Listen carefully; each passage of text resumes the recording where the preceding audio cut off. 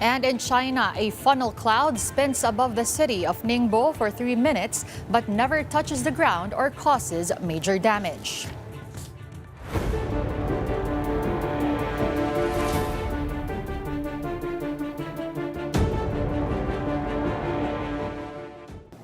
As reported, NBI Director Melvin Matibag takes the witness stand on day 8 of Vice President Sara Duterte's impeachment trial.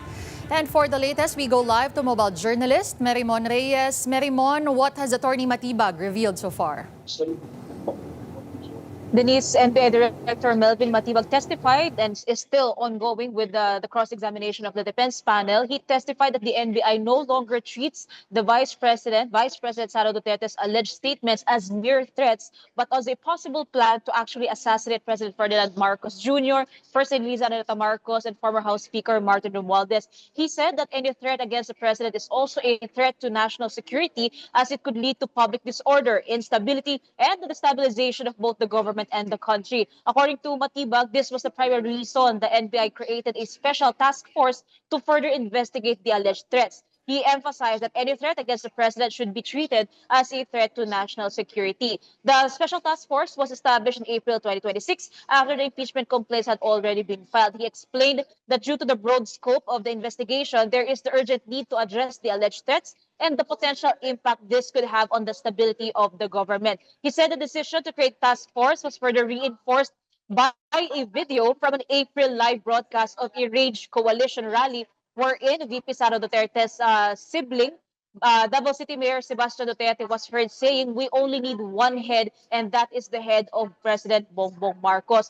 Matibag described this as a kinetic force, saying that people who heard the alleged threats were beginning to repeat similar statements, especially since those involved belong to the same family. He said this was precisely why the special task force was created, to monitor all related threats. Denise. Merimon, may binanggit pa ba itong si Director Matibag na iba pang mga ebidensya na ginamit di umano ng NBI sa pag-a-assess nitong alleged threats?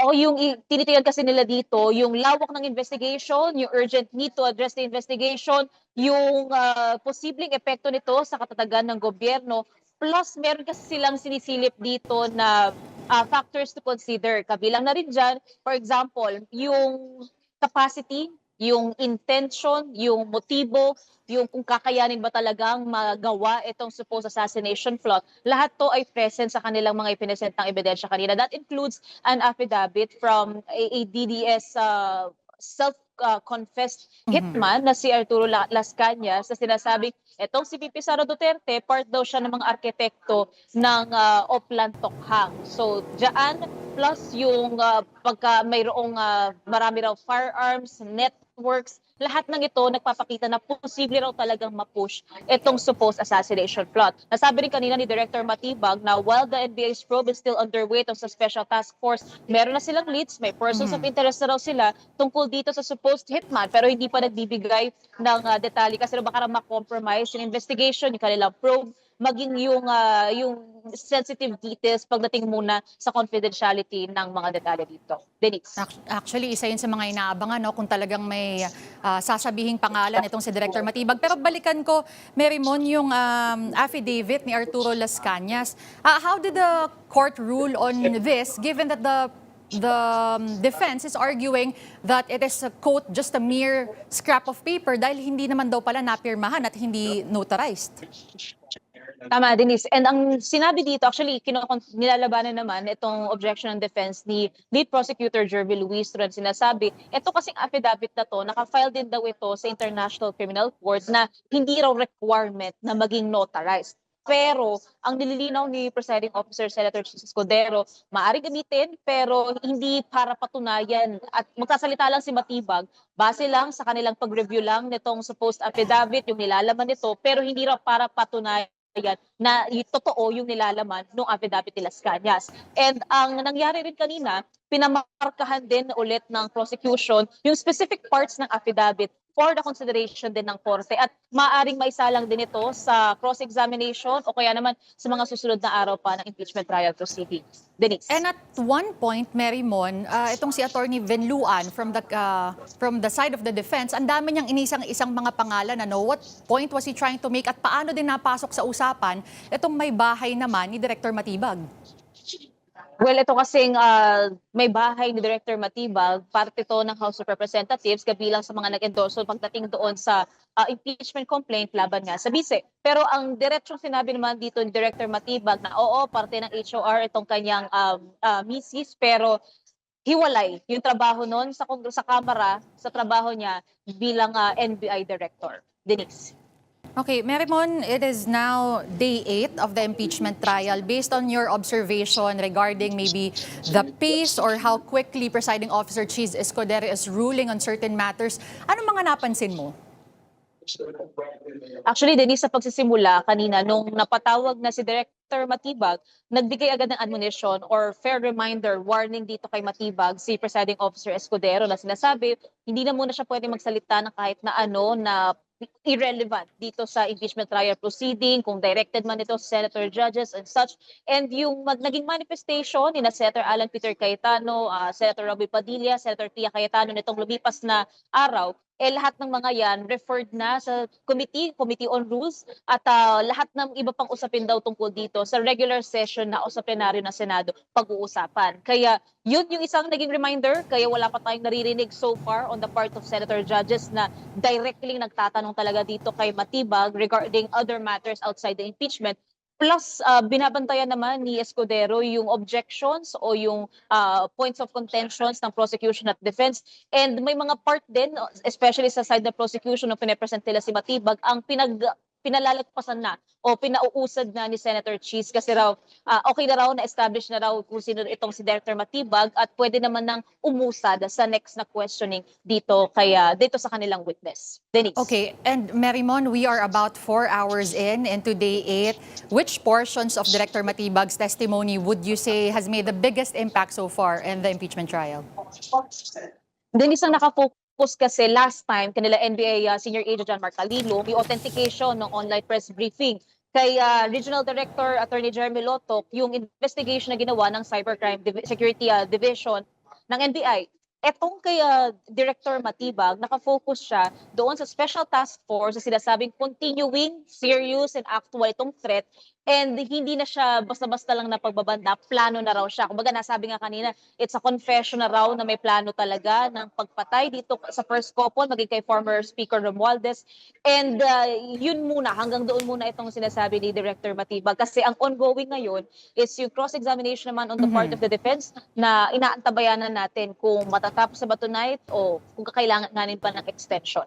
Denise. Okay, speaking of Marymon, ano ba yung balita dyan? Kasi does it feel like matatapos nga ba siya ngayon o play it by ear lang talaga lahat? Yun, Denise, ang sabi kasi ni impeachment court spokesperson Attorney Reggie Tonggol, kung sakali okay lang daw, normal lang din daw kung merong magmamanifest among senator judges o may magre-request from the panels na putulin muna for now yung proceeding, ipagpatuloy sa susunod na araw. Pero depende raw kasi dyan sa magiging flow ng examination. Na ngayon, kasi simula pa lang kaninang mga magpa-5 o'clock yung cross-examination ng defense, hindi pa natin nakikita yung karamihan sa senator judges na nagtatanong kay Director Matibag. So, it's either matatapos nila yan hanggang mamaya o pwedeng mag-extend. Pero ang malinaw kasi dito, meron ng summit na pupuntahan sa Thailand si Director Matibag. Kaya pwedeng maapektuhan yung kalendaryo kung sakaling kailangan ng extension kung kailan babalik at uupo ulit sa witness stand itong si Matibag. Denise. All right, thank you for those updates. Again, that was mobile journalist Marymon Reyes. Now, former presidential spokesperson Attorney Mike Toledo says President Bongbong Marcos is expected to make a major announcement during his SONA. In an interview with Political Beat, Toledo said this might be related to the flood control scandal. He noted that it was unusual for a sitting president to publicly expose alleged anomalies as Marcos did in his previous SONA. According to Toledo, the issue could hurt the administration if there was no concrete action. Sa aking pananaw, magkakaroon ng isang major let's say, announcement in the SONA related to the flood control project. Kasi pag hindi, medyo magbabackfire yan. The Office of the Ombudsman says former House Speaker Martin Romualdez is allegedly attempting to leave the country through informal channels. Assistant Ombudsman Miko Clavano said intelligence reports show Romualdez has continued his alleged attempts to leave despite a whole departure order issued by the Sandigan Bayan. Clavano said, or added rather, that a plunder complaint against the former House Speaker has been elevated for preliminary investigation. Romualdez's camp, however, denied the allegations. They said the lawmaker has no plans to leave the country. Kailanman ay hindi nagtago si Representative Romualdez. Hinarap niya ang ICI at haharapin niya ang Office of the Ombudsman.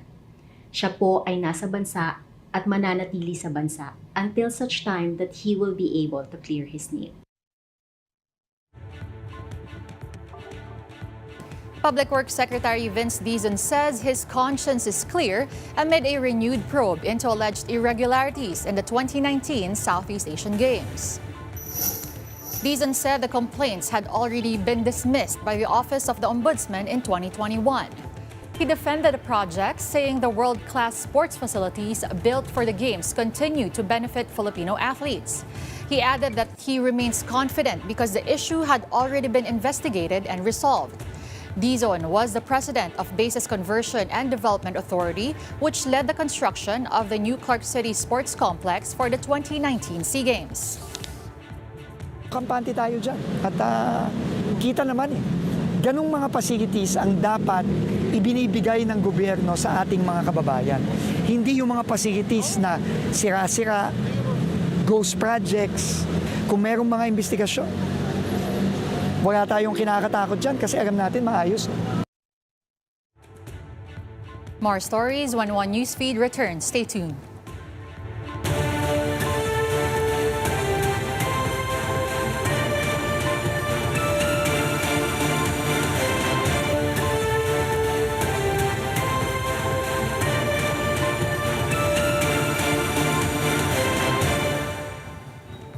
You're still watching One Newsfeed. Welcome back. President Bongbong Marcos is set to meet with Chinese ambassador to the Philippines, Jing Chuan, today. And for the details, we have mobile journalist Julie Baiza. Julie, itong meeting ba na ito ay may kaugnayan doon sa latest incident at Ayungin Shoal? Denise, Palace confirmed that President Bongbong Marcos will meet with the Chinese ambassador here in Malacanang. Ang sabi ni Palace Press Officer Claire Castro, 5 p.m. nakaschedule yung meeting pero hanggang ngayon naghihintay tayo ng update from the Palace. Pero ang kinlarify kanina ng PCO, hindi formal summons yung meeting dahil na-schedule na raw ito kahit bago pa man pumutok yung insidente sa Ayungin Shoal and even yung China's depiction or racist depiction against the Filipinos. Denise. Okay, Julie, kasi was it yesterday or I believe kahapon lang yun, yung AI video, if not Friday last week, na lumabas nga yung video depicting Filipinos as monkeys, pero meron din insidente na nagkapisikalan na. Anong sinabi dyan ng palasyo? Kanina ang sabi ng palasyo, una na rin naman daw na naglabas ng statement ang Armed Forces of the Philippines. Ang sabi ni Castro kanina, mariin ang kinundenan ng AFP kasabay ng pagsasabing hindi pa sisiil ang bansa. Ang Department of Foreign Affairs patuloy na naman daw na nakikipag-ugnayan sa AFP para nga alamin yung buong detalye ng pangyayari at anuman daw yung act of violence o karahasan laban sa Filipino personnel ay unacceptable at tiniyak nga na magkakaroon ng appropriate diplomatic action. Hindi rin daw ninanais ni PBBM yung mga ganitong insidente at hindi nga ito katanggap-tanggap. Natanong nga rin yung palasyo kung pipihit ba o magbabago ng estratehiya kaugnay nga sa paghawak ng kumbaga sitwasyon ng Pilipinas at China. Ang sabi ni Yusek Claire, mahalaga pa rin daw kasi na pag-aralan ni Pangulong Bongbong Marcos kung ano yung magiging susunod na hakbang o kung magbabago man ng strategy. Pero ang binigyan diin niya, hindi daw nadadaan sa dahas yung anumang pakikipaglaban sa karapatan ng bansa. Okay, Julie, reports say that Vice President Sara Duterte has also sought travel authority from Malacanang. Ano ba mga detalye nitong biyahe niya? Yes, Denise, confirmed nga ng palasyo na nakalabas na ng bansa si Vice President Sara Duterte para sa overseas trip. Kinumpirma ng palasyo na merong travel authority si VP Sara from July 16 to 31. Para yan sa Qatar, Germany, United Kingdom, Northern Ireland at Netherlands. Ang sabi ni Castro, personal trip daw ito ng bise. Pero sa hiwalay na statement, sinabi ni VP Sara na official foreign travel at personal engagements daw yung pakay niya. Pero wala daw gagamitin na pondo ng bayan. At kabilang doon sa mga official activities na dadaluhan niya ay yung forum with the Filipino community. So yung event daw na yun makakatulong para isulong yung interes ng mga OFW sa ibang bansa at palakasin yung pagsusulungan ng kanilang kapakanan. Thank you for those updates, mobile journalist Julie Baiza. And as reported, President Ferdinand Marcos Jr. has appointed Lieutenant General Antonio Navarrete as a new Armed Forces Chief of Staff. During today's change of command ceremony, Navarrete was donned his 4-star, officially becoming a 4-star general. He replaces General Romeo Bronner Jr., who retired today after completing his fixed 3-year term. Navarrete is a graduate of the Philippine Military Academy's Big Kislahe class of 1990 and a career Scout Ranger.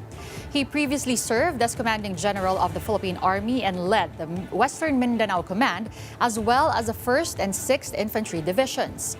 Throughout his career, Navarrete received several military decorations, including the Philippine Legion of Honor and Gold Cross medals.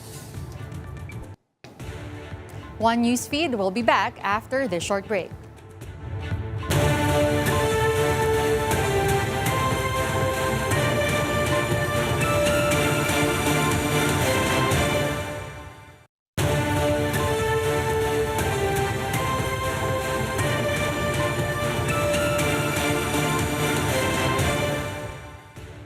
You're still watching One Newsfeed. The wait is over for Marvel fans as Marvel Studios has finally released the first trailer for Avengers Doomsday. The trailer teases a collision of multiple universes uniting the Avengers, Fantastic Four, and the original X-Men against Doctor Doom. Fans also got their first look at the returns of Patrick Stewart, Ian McKellen, and Chris Evans as Steve Rogers. As of posting, the Doomsday trailer already has over 33 million views and counting on YouTube. Avengers Doomsday is officially scheduled to premiere in cinemas across the Philippines on December 18.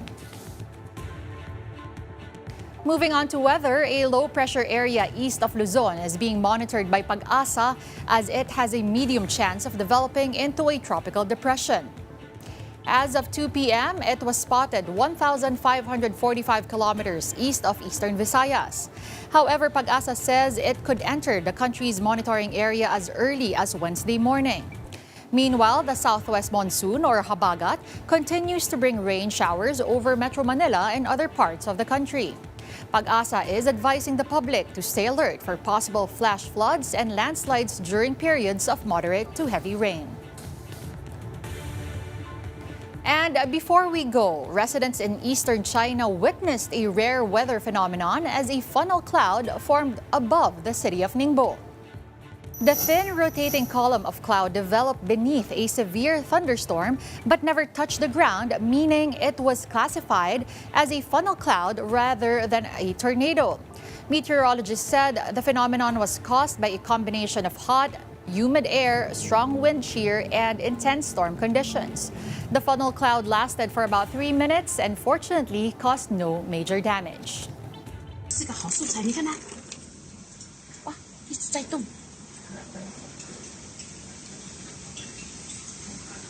那个是什么方向？是那个菜。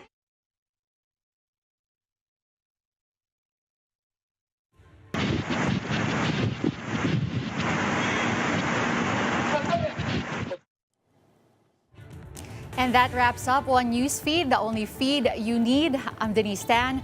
Good evening. At this point, we're sending it back to One News's special coverage of the Vice President's impeachment trial.